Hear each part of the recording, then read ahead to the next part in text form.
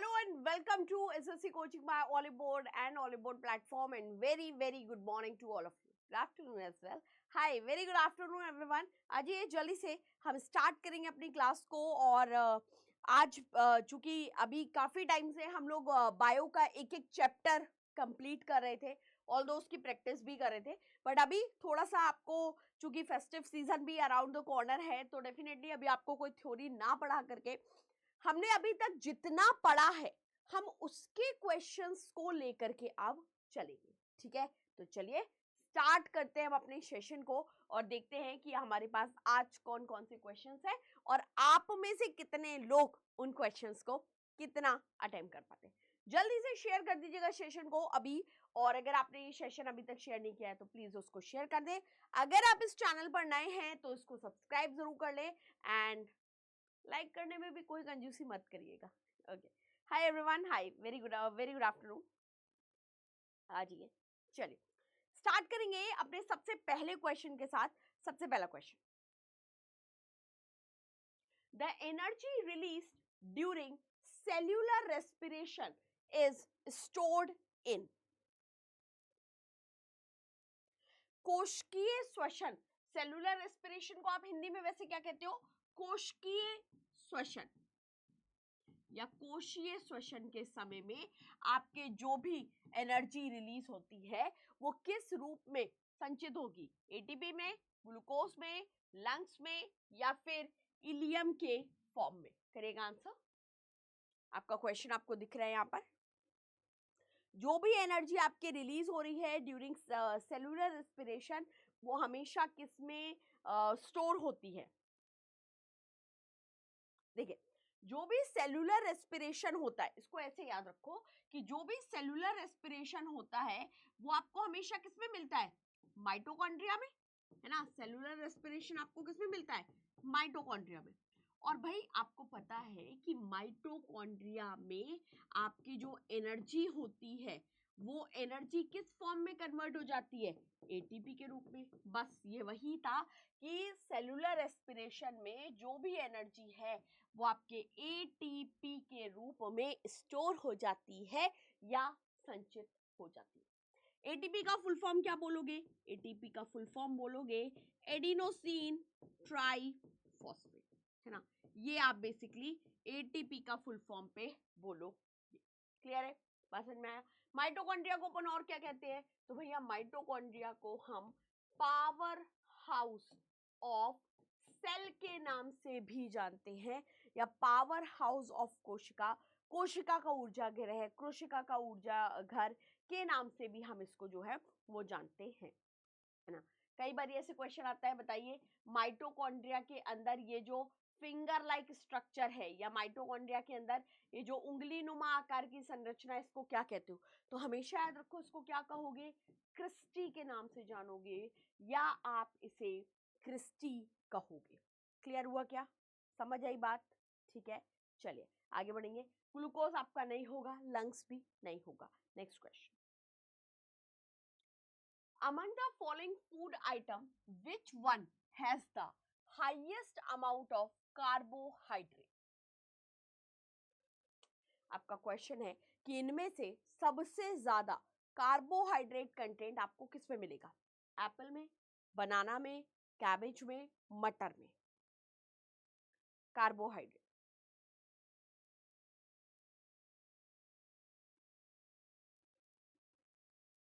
Answer करिएगा।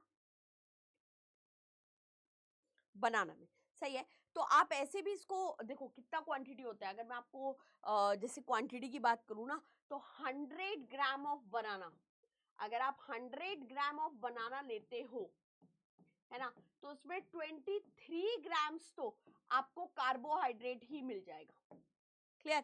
तो सबसे ज्यादा कार्बोहाइड्रेट आपको किस में मिलेगा? बनाना में मिलता है। इवन कई बार क्वेश्चन आपने जैसे जिम वगैरह जो कोई अगर बहुत पतले दुबला इंसान है तो उसको अधिकतर भैया जिम ट्रेनर कहता है कि यार वो बनाना शेक पीना स्टार्ट करो, है ना, इस तरीके से। तो क्यों कहता है वो? उसका रीजन ही यही है क्योंकि भैया बनाना में सबसे ज्यादा कार्बोहाइड्रेट आपको एक तरीके से मिलता है।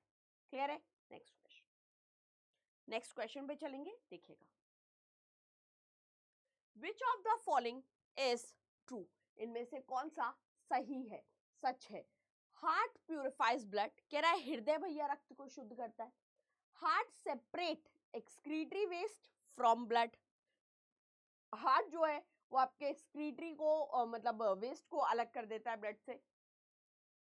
हार्ट सर्कुलेट ब्लड, हार्ट जो है वो ब्लड को केवल सर्कुलेट करता है। और heart supplies oxygen to the blood, heart जो है वो ब्लड को ऑक्सीजन भी सप्लाई करता है। आपको बताना है कि कौन सा स्टेटमेंट सही है।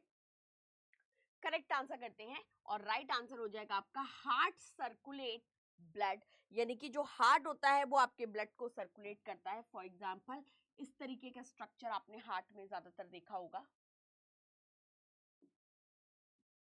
है ना?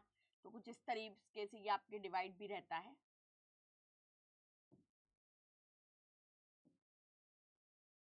ठीक है, ये हो गए आपके हार्ट के 4 कंपार्टमेंट। आप इसको 2 पार्ट में डिवाइड कर दो, ये हो जाता है पूरा राइट, ये हो जाता है पूरा लेफ्ट। ये हो जाएगा आपका राइट ऑरिकल, जिसको आप हिंदी में कहोगे दायां आलिंद। ये हो जाएगा आपका राइट वेंट्रिकल। हमेशा याद रखो ऊपर वाले चैम्बर ना हमेशा ऑरिकल होते हैं, नीचे वाले चैम्बर हमेशा वेंट्रिकल होते हैं। ये हो जाएगा लेफ्ट ऑरिकल, ये हो जाएगा लेफ्ट वेंट्रिकल। अब क्या होगा कि भाई यहाँ पे आपके 2 वेन्स है, एक है इंफीरियर वेना केवा, एक है सुपीरियर वेना केवा। इससे ये पूरा आपका ब्लड यहाँ बॉडी से लेंगी और यहाँ राइट ऑरिकल में ब्लड को छोड़ देंगे। जैसे यहाँ ब्लड आया बेटा, राइट ऑरिकल राइट वेंट्रिकल से कनेक्टेड होता है ट्राइकस्पिड वॉल्व के द्वारा। कौन से वॉल्व के द्वारा? ट्राइकस्पिड वॉल्व से। तुरंत ब्लड यहाँ आ जाएगा। यहाँ से कनेक्टेड है आपकी pulmonary artery. Pulmonary artery blood को कहाँ ले गई? लंग्स में। क्यों भैया? क्योंकि लंग्स ही ब्लड को प्यूरिफाई करते हैं। तो आपका वाला स्टेटमेंट गलत हो गया। लंग्स से पल्मोनरी वेन जुड़ी और वेन ने ब्लड को कहाँ भेज दिया? लेफ्ट ऑरिकल में। लेफ्ट ऑरिकल लेफ्ट वेंट्रिकल से बेटा कनेक्टेड होता है मिट्रल वॉल्व के द्वारा। तुरंत ब्लड यहाँ आ गया और आ गया आपके कहाँ? लेफ्ट वेंट्रिकल में। तो यहाँ से फिर आपके शरीर की सबसे बड़ी धमनी आपको मिलती है, जिसको हम क्या कहते हैं? एओर्टा कहते हैं। और उसके द्वारा पूरे ब्लड को पूरे उसमें छोड़ दिया जाता है। क्लियर है? तो ये आपकी पूरी कहानी इसमें होती है। नेक्स्ट क्वेश्चन देखिएगा। आपका नेक्स्ट क्वेश्चन टीथ के रिगार्डिंग शायद यहाँ दिया है। ओके, और नेक्स्ट क्वेश्चन बड़ा इजी भी है। क्या कह रहा है सुनिएगा। The function of incisors is, आपको पता है कि भाई जो दांत होते हैं वो 4 प्रकार के दांत होते हैं, है ना? 4 प्रकार के दांत होते हैं।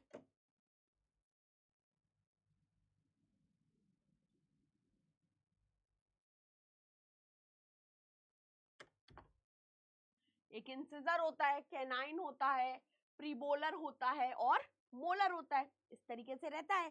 अब आपसे वो बोल रहा है कि बताओ इंसिजर जो टीथ है वो उसका काम आपको एक तरीके से बताना है। देखो, इंसिजर दांत जो है ना उसका काम होता है आपके कटिंग का, यानी कि काटने का जो काम है वो बेसिकली आपके इंसिजर टीथ जो है वो मेजरली करते हैं। ठीक है, अगर मैं यहाँ पे आपको जैसे डायग्राम भी बनाऊं उसका, तो नॉर्मली फॉर एग्जांपल मान लीजिए ये जबड़े वाला फॉर्म है।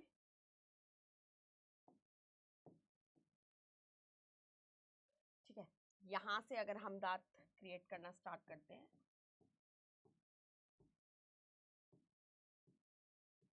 एक साइड का ही बता रही हूँ केवल,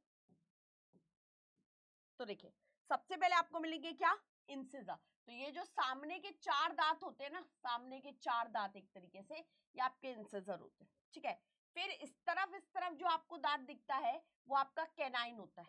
क्या होता है? कैनाइन होता है। फिर कैनाइन के जस्ट पीछे आपको मिलता है प्रीमोलर, और प्रीमोलर के बाद जो दांत आप देखते हो वो कहलाते हैं मोलर। तो कुछ इस तरीके से आपके दांत जो है वो दिखाई देते हैं। 4 प्रकार के दांत आपको ज्यादातर देखने जो है ना वो लाइक मिलते हैं।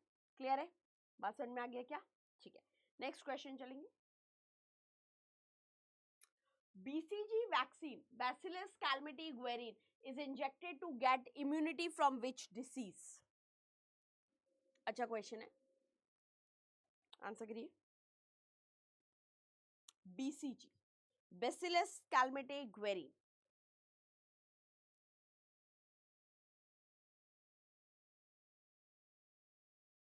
कई बारी क्या करते हैं ना, इसका फुल फॉर्म पूछेंगे, बताओ बीसीजी में सी का मतलब बता दो, जी का मतलब बता दो। तो भाई बीसीजी जो है ये आपका एक वैक्सीन है और ये ट्यूबरक्लोसिस के लिए यूज किया जाता है। ट्यूबरक्लोसिस कैसा रोग है, जीवाणु से होता है या विषाणु से? हाँ, तो जीवाणु यानी कि आप बोलोगे बैक्टीरिया से होने वाला रोग है। मैम कौन सा बैक्टीरिया है? बैक्टीरिया है बेटा mycobacterium tuberculosis, mycobacterium tuberculosis. Clear, समझ आया? ओके, नेक्स्ट क्वेश्चन देखिए। नेक्स्ट क्वेश्चन आपकी स्क्रीन पर है, मैच द फॉलोइंग है, ठीक है। RBCs leucocyte, WBC erythrocyte, platelets thrombocyte. जो जो अदर नेम होते हैं ना सेल्स के, वो अदर नेम्स आपको यहां पर बताए गए हैं। करिएगा आंसर, काफी सिंपल क्वेश्चन है वैसे।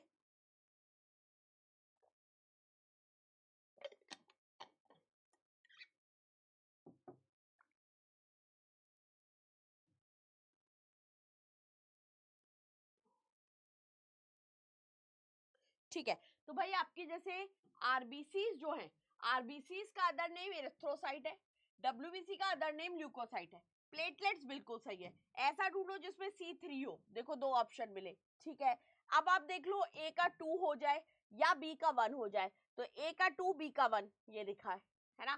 करेक्ट आंसर क्या हो जाएगा? ऑप्शन सॉरी, करेक्ट आंसर हो जाएगा आपका option number B। Clear, next question. Dash is associated with transport of water in plant. इनमें से कौन पानी के परिवहन से जुड़ा है, यानी कि कौन सा एक ऐसा टिश्यू है जो पौधों में पानी पहुंचाने का मेन काम करता है? करिए आंसर। आपके ऑप्शंस हैं जाइलम, फ्लोएम, क्लोरोप्लास्ट, एरेनकाइमा। ठीक है,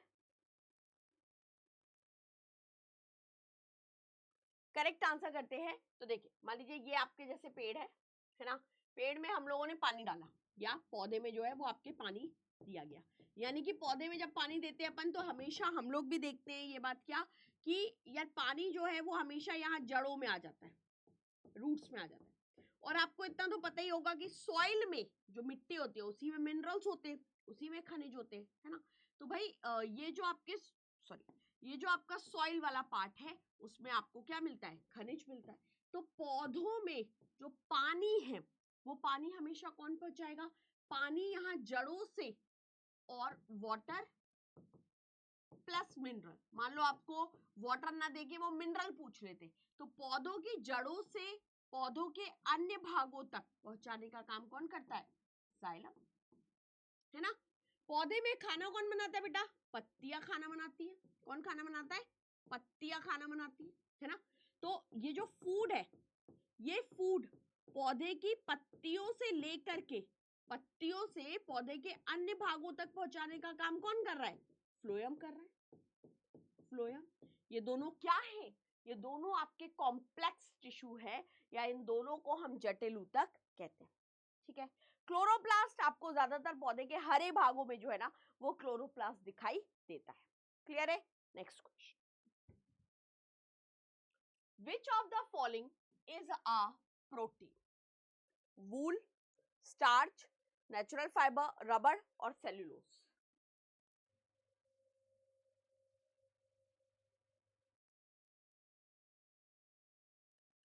करिएगा आंसर।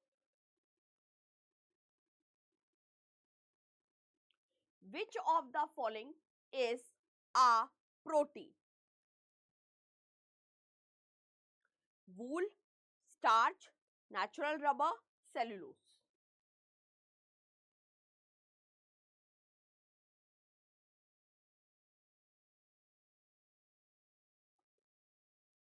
करेक्ट आंसर क्या कर सकते हैं? Natural rubber. हालांकि आप में से काफी लोगों को बिल्कुल ही कुछ भी नहीं लग रहा होगा, तो लेकिन फिर भी दो ऑप्शन आपके प्रॉपर एलिमिनेट होंगे बेटा, स्टार्च और सेलुलोज। ये दोनों ही किसके उदाहरण है? ये दोनों ही कार्बोहाइड्रेट के उदाहरण है, ये दोनों ही कार्ब्स है ना। अब बचता है वूल और नेचुरल रबर। तो नेचुरल रबर में प्रोटीन का कंटेंट होता है। करेक्ट आंसर क्या हो जाएगा? Option number C. Next question, which of these are water soluble vitamin? इनमें से कौन से आपके वाटर सॉल्युबल यानी कि जल में घुलनशील विटामिन हैं? करिए आंसर। वाटर सॉल्युबल विटामिन,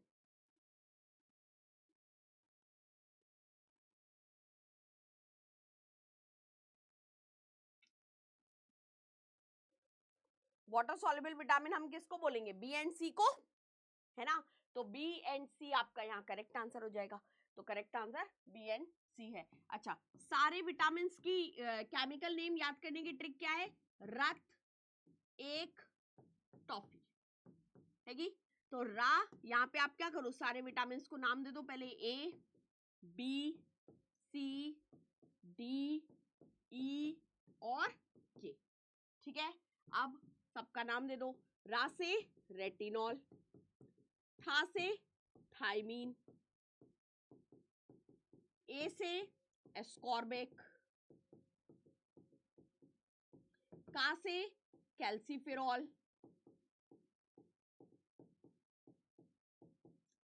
है ना? ई से सॉरी टा से टोकोफेरॉल, फा से फाइलोक्विनोन,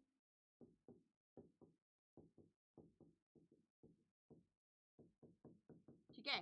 विटामिन ए का केमिकल नेम, विटामिन बी का केमिकल नेम, या मान लो आपसे विटामिन बी वन का भी केमिकल नेम पूछे तो भी आप क्या बोलोगे? थायमीन ही यहाँ पे बोलोगे, है ना? ये हो जाएगा। Vitamin B two riboflavin, vitamin B three niacin या nicotinamide, vitamin B five pantothenic acid, ऐसे करके इनको याद करो।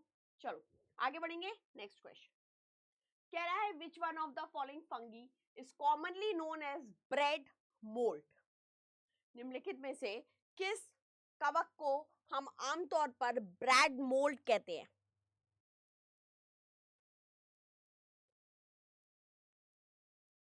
एस्पार्जिलस, पेनिसिलिन,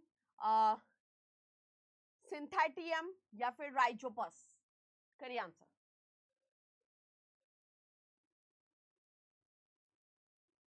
इनमें से कई फंगी आपने सुन रखे होंगे। Which one of the following fungi is commonly known as bread mould? Correct answer rhizopus is the right answer. अब जैसे एस्पार्जिलस शायद सुना हो, एस्पार्जिलस फ्यूमिगेट, फ्यूमिगेट ये क्या है? ये आपका एक कवक है जो अस्थमा कॉज करता है, अस्थमा कॉज करता है ना? बट जो ब्रेड पर जो फंगस लगता है उसको हम क्या बोलते हैं? राइजोपस हम कॉमनली उसको बोलते हैं। और अगर आपको थोड़ा सा और डिफाइन करना हो तो फिर आप बोल दो राइजोपस स्टोलोनिफर, है ना? ये भी आप इसको बोल सकते हो। क्लियर है? समझ में आया? इसको कई बारी, अब ये जो राइजोपस स्टोलोनिफर है ना, इसको और क्या कहते हैं? तो इसको कई बारी ब्लैक फंगस भी कहते हैं। मान लो आपसे क्वेश्चन आ जाएगी ब्लैक फंगस बताओ भैया क्या है, तो ब्लैक फंगस बता पाओगे। क्लियर? चलिए नेक्स्ट क्वेश्चन आपकी स्क्रीन पर है, देखो क्या कह रहा है। कह रहा है फ्लावर्स इमिट फ्रेग्रेंस टू। आपके क्वेश्चंस है फूलों से खुशबू निकलती है प्योरीफाई एयर के लिए, ड्राइव अवे फ्लाइज के लिए, अट्रैक्ट इंसेक्ट के लिए, या perform all of the above?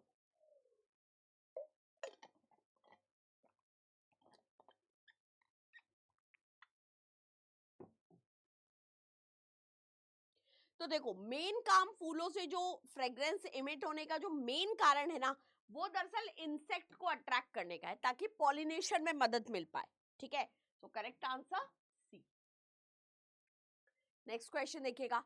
Next question आपका क्या कह रहा है? Which of the following prevents bleeding of gums? इनमें से कौन आपके मसूड़ों के रक्तस्राव को रोकता है? Which of the following prevent bleeding of gums? Bleeding of gums हालांकि एक डिसीज भी होती है जिसको हम पायरिया कहते हैं, है ना? और पायरिया को प्रिवेंट करने का सबसे अच्छा source ascorbic acid. Ascorbic acid मतलब, एस्कॉर्बिक एसिड मतलब बेटा विटामिन सी, ठीक है? नेक्स्ट नेक्स्ट क्वेश्चन आपकी स्क्रीन पर है, देखो क्या कह रहा है। A plant with green leaves viewed in red light will appear?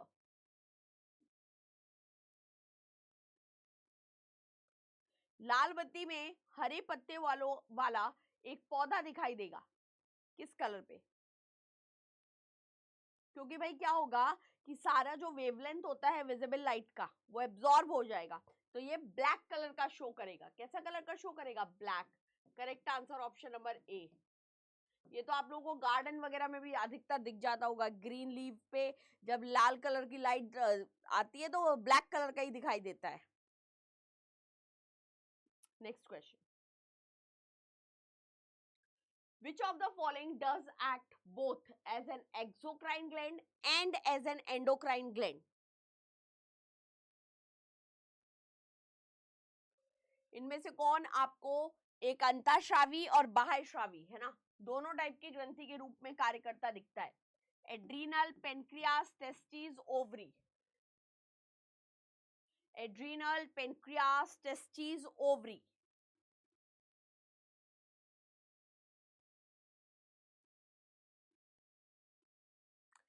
Pancreas बोल सकते हो आप। पेनक्रियास क्योंकि ये हेटेरोक्राइन ग्लैंड है, कई बारी हम इसको हेट्रोक्राइन या फिर कई बारी सिंपल नेम मिक्स्ड ग्लैंड के नाम से जानते हैं, है ना। तो करेक्ट आंसर क्या हो जाएगा आपका? ये हो जाएगा। ठीक है, कैसा दिखता है? तो फॉर एग्जांपल आपको कुछ इस तरीके का लीफ आकार का दिखाई देगा पेनक्रियास, है ना। और ये आपका जैसे ये स्टमक वाला पार्ट है, यहाँ से ऐसे करके इधर मिलता है। ठीक है, आपको पेनक्रियास के अंदर ही क्या मिलता है? Islet of Langerhans, islets of Langerhans या लैंगरहांस की दीपिकाएं सुना होगा आपने, ये मिलता है। इससे क्या सिक्रीट होता है? अल्फा, इसमें आपको अल्फा सेल मिलेगा, बीटा सेल मिलेगा और डेल्टा सेल मिलेगा। अब आपकी जो बीटा सेल है इसी से तो इंसुलिन निकलता है, इंसुलिन जो आपके ब्लड ग्लूकोज लेवल को सही करता है। क्लियर? समझ आई बात? Okay, moving to a next question. Next question पे चलेंगे, देखेंगे क्या है। In which vertebrate oxygenated and deoxygenated blood get mixed?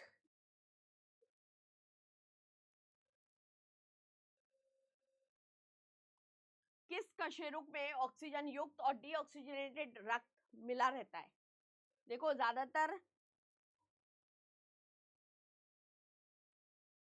या तो आप एम्फीबियन कह लो या फिर आप रेप्टाइल्स कह लो, ये दोनों आ जाते हैं, है ना। आगे के लिए भी इसको याद रखना, या तो उभयचर या फिर सरीसृप, दोनों ही टाइप के एनिमल में जो है ना वो इनके जो हार्ट होते हैं, रीजन क्या है कि इनका ब्लड मिल जाता है, क्योंकि भैया इनमें जो हार्ट होता है या जो हार्ट चेम्बर है या जो हृदय कक्ष है वो या तो 2 होते हैं या फिर 3 होते हैं, इसके वजह से दरअसल मिल जाता है। ठीक है, और ह्यूमन हार्ट 4 में होता है, प्रॉपर अलग अलग रहता है। जैसे ह्यूमन हार्ट की अगर मैं बात करूं तो ह्यूमन हार्ट में राइट में हमेशा इम्प्योर ब्लड होता है ना, और लेफ्ट में हमेशा प्योर ब्लड होता है, ये याद रखिएगा। Next question, which among the following is a large spectrum antibiotic?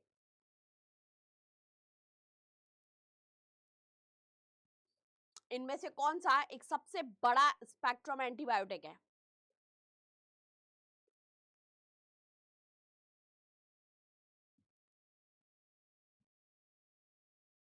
करिएगा आंसर।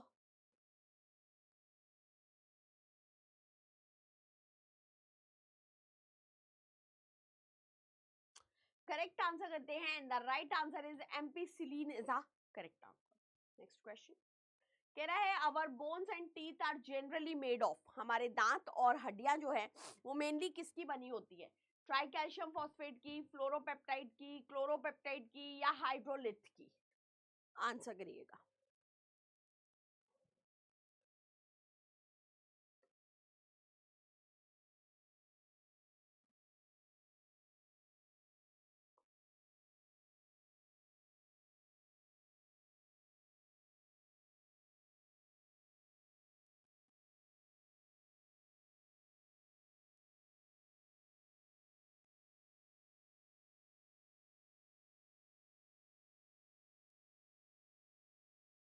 ओके, राइट आंसर देखते हैं, and the correct answer is tri calcium phosphate ही हम इसको बोलते हैं। अब जैसे कई बार क्वेश्चन आता है, बताइए बोन्स में कौन सी प्रोटीन होती है, तो हमेशा याद रखो बोन्स में कौन सी प्रोटीन होती है?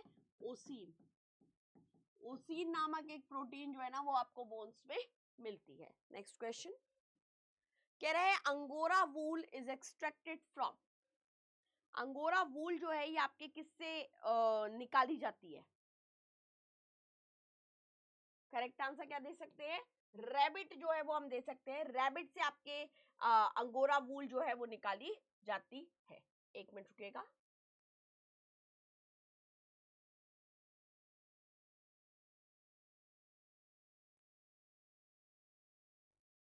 Next question the scientific study of insect is called, कीड़े मकोड़ों का जो अध्ययन होता है उसको आप क्या कहते हो?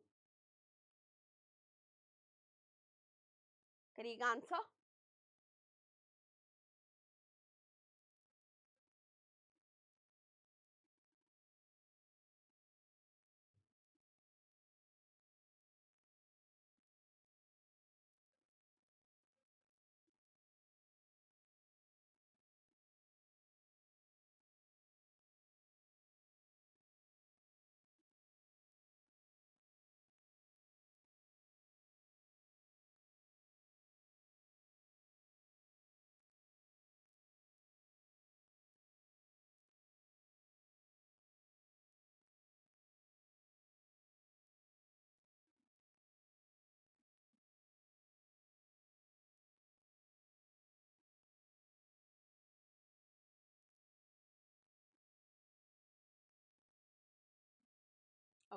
करेक्ट आंसर करते हैं। इंसेक्ट का जो स्टडी होता है इसको बेटा एंटोमोलॉजी कहते हैं, है ना। इक्तियोलॉजी होता है स्टडी ऑफ फिश, मछलियों का अध्ययन जो होता है ना वो इक्तियोलॉजी कहलाता है। Malacology study of muscles, sorry mollusc part, okay. तो इसमें हम पढ़ते हैं। नेक्स्ट क्वेश्चन देखिएगा, व्हाट इज हाइड्रोपोनिक्स? आंसर करिए। What is hydroponics? हाइड्रोपोनिक्स क्या होता है?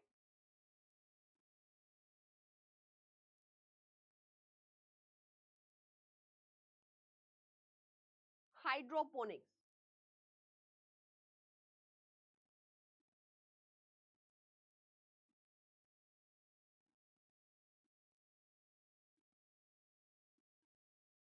ठीक है। तो हाइड्रोपोनिक्स बेसिकली हम लोग किसको कहते हैं? प्लांट विदाउट सॉइल को। देखो मतलब हाँ, एक तरीके से आप ये भी कह सकते हो, या फिर अगर आपको ऐसे क्वेश्चन मिले, आंसर मिले, एक ऐसा मेथड जिसमें आपके प्लांट जो है वो एक न्यूट्री रिच वाटर के अंदर, मतलब एक ऐसा वाटर सॉल्यूशन जिसमें सारे न्यूट्रिएंट्स है लेकिन मिट्टी नहीं है, उस प्रोसेस से अगर हम किसी प्लांट को ग्रो कर रहे हैं ना तो वो क्या कहलाता है? हाइड्रोपोनिक्स के नाम से जाना जाता है या हाइड्रोपोनिक्स कहलाता है। Next question, the source of vitamin D is, करिएगा answer. Source of vitamin D जो है वो क्या होता है? विटामिन डी केमिकल नेम क्या होगा विटामिन डी का? कैल्सीफेरॉल। कैल्सीफेरॉल आपके इसका विटामिन का केमिकल नेम जो है वो हो जाएगा। आंसर करिए।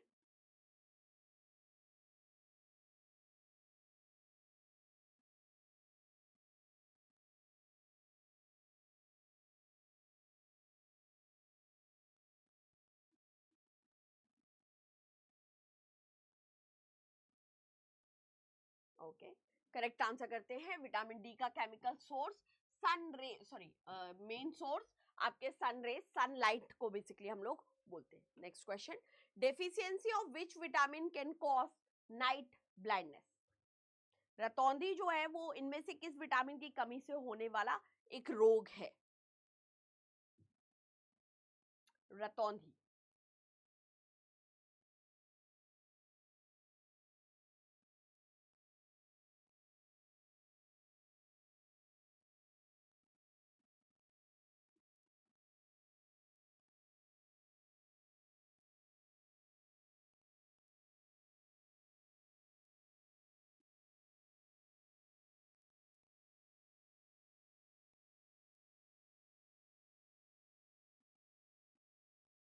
करेक्ट आंसर देते हैं। एंड आपका deficiency of vitamin can cause night blindness, vitamin A ही आप बोल सकते हो, बल्कि इसके अलावा अगर ज़ीरोफ्थैल्मिया भी आपसे पूछ रहे हैं तो ये भी आंसर आ जाएगा। करेक्ट आंसर क्या होगा? Option number C. Next question देखिएगा, pedology is a science related to the study of. Answer,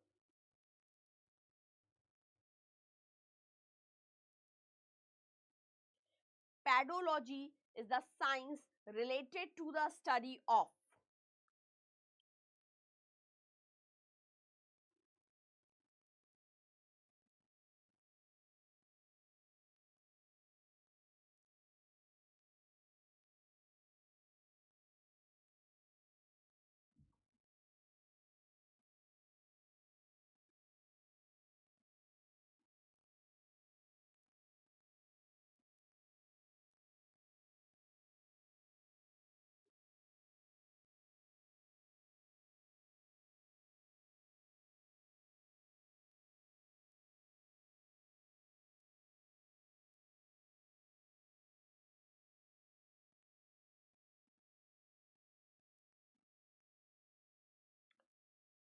correct answer करते हैं, and the correct answer is pedology is the study of soil. Correct answer is option number C. Next question, next question आपका, the yellow colour of papaya is due to. पपीते का जो yellow colour आता है वो basically किस कारण से आता है या किसके कारण होता है? पपाइन, लाइकोपीन, जेरीजैंथिन या कैरियोजेंथिन और none of this?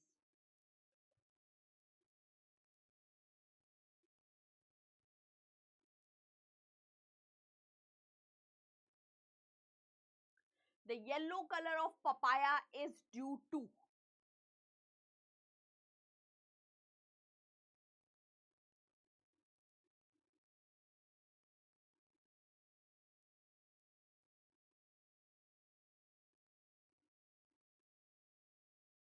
The correct answer is कैरिकेज़ैंथिन is the correct answer. Option number क्या हो जाएगा?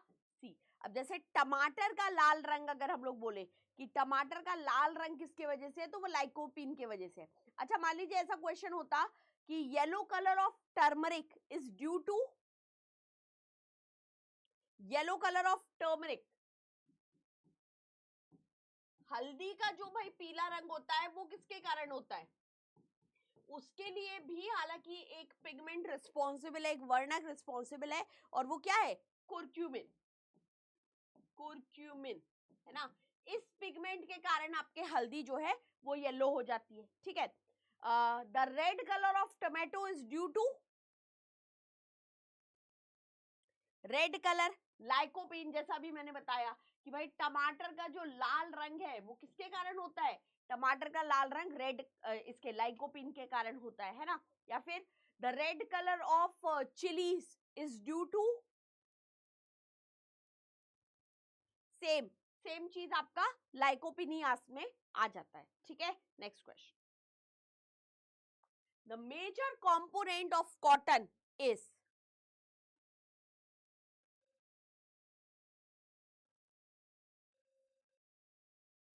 कॉटन का घटक बताइए, प्रमुख घटक।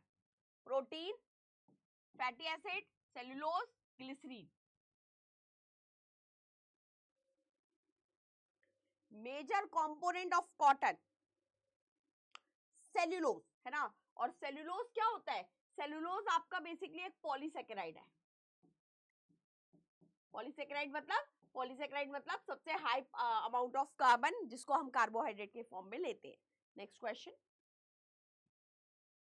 which one of the following pair is not correctly matched? Vitamin A night blindness, vitamin B3 pellagra, vitamin D colour blindness, folic acid anaemia. Answer करिएगा।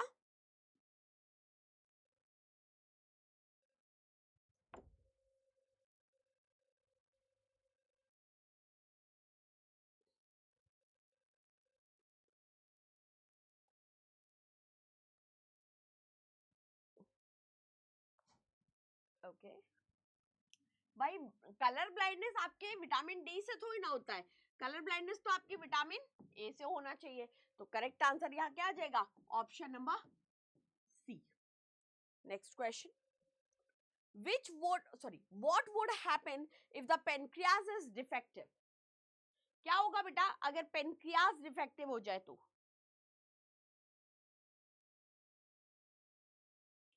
What would happen if the pancreas is defective?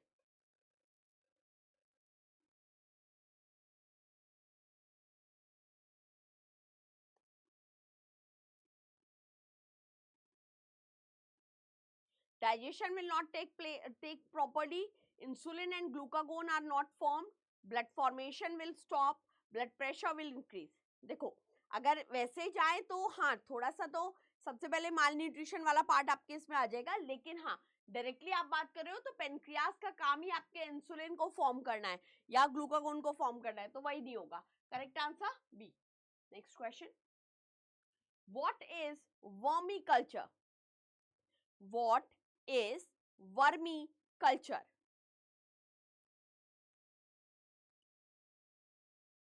Answer.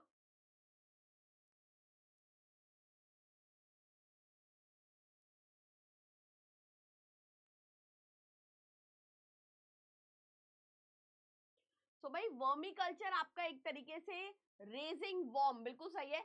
आपके ऐसे worms या कीड़े मकोड़ों को raise करना है जो कि आपके ऑर्गेनिक वेस्ट को न्यूट्रिएंट रिच कंपोस्ट बना दे, वर्मी कंपोस्ट बनाने में हेल्प कर दे. उन उन वर्म्स को ग्रो करना आपका वर्मी कल्चर कहलाता है. ठीक है, इसमें सबसे पहले तो आपके केचुआ आ जाता है. Next. The study of gerontology is related to which of the following?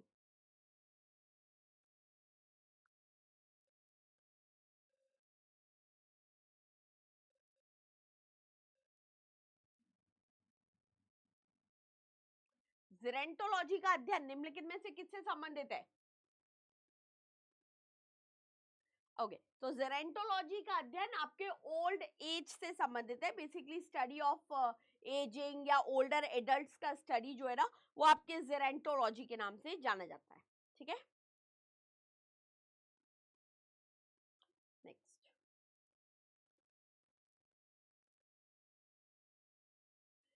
Genetics deal with.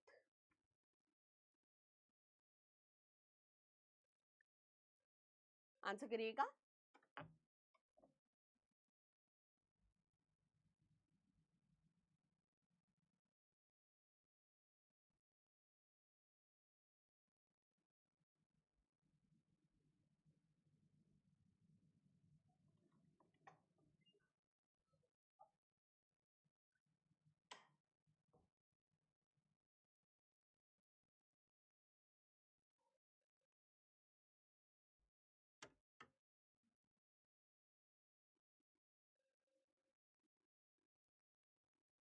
Genetics deal with Mendel's law, organic evolution, DNA structure, hereditary and variation.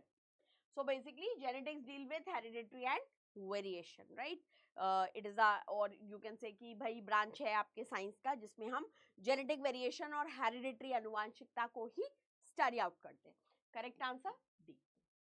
Next. Dinosaurs were. आपके क्वेश्चन है dinosaur were cenozoic reptile, mesozoic bird, palaeozoic amphibian या mesozoic reptiles?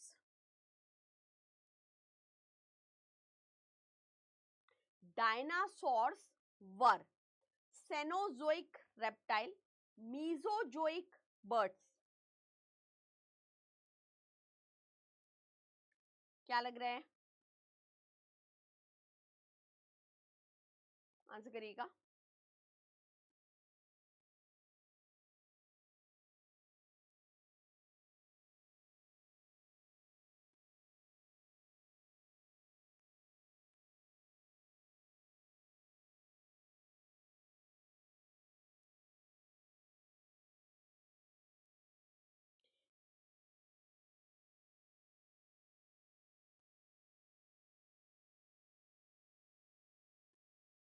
Correct answer is Mesozoic reptile. Correct answer is option number D. Next question. Oh, आपका next question है. Poison glands of a snake is homologous to.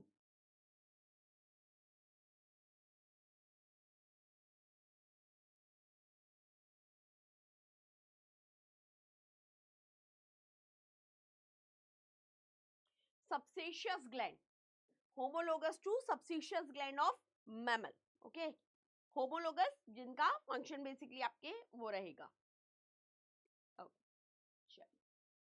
Okay, अगर भाई festive season is around the corner, है ना, आपका festival तो बिल्कुल पास में ही आपको दिख ही रहा है, और इसीलिए हम सेलिब्रेट कर रहे हैं दिवाली धमाका ऑन 52%, जिसपे आपका ऑफ है। आई गेस आपके एग्जाम्स के लिए काफी है, और दिवाली का एक अच्छा गिफ्ट भी है हमारी तरफ से। सो आप सभी को wish you all a very happy Diwali, आपको आपके परिवार को दिवाली की हार्दिक शुभकामनाएं।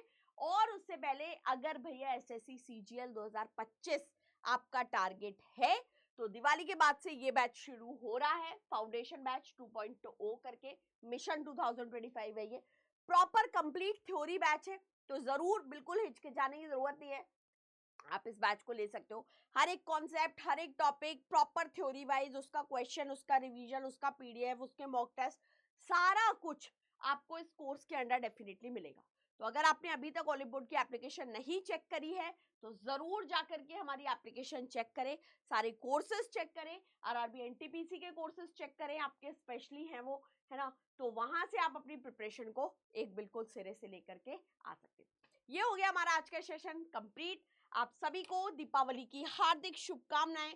Thank you so much everyone, bye bye, ख्याल रखिए, प्रिपरेशन करते रहिए, बाय।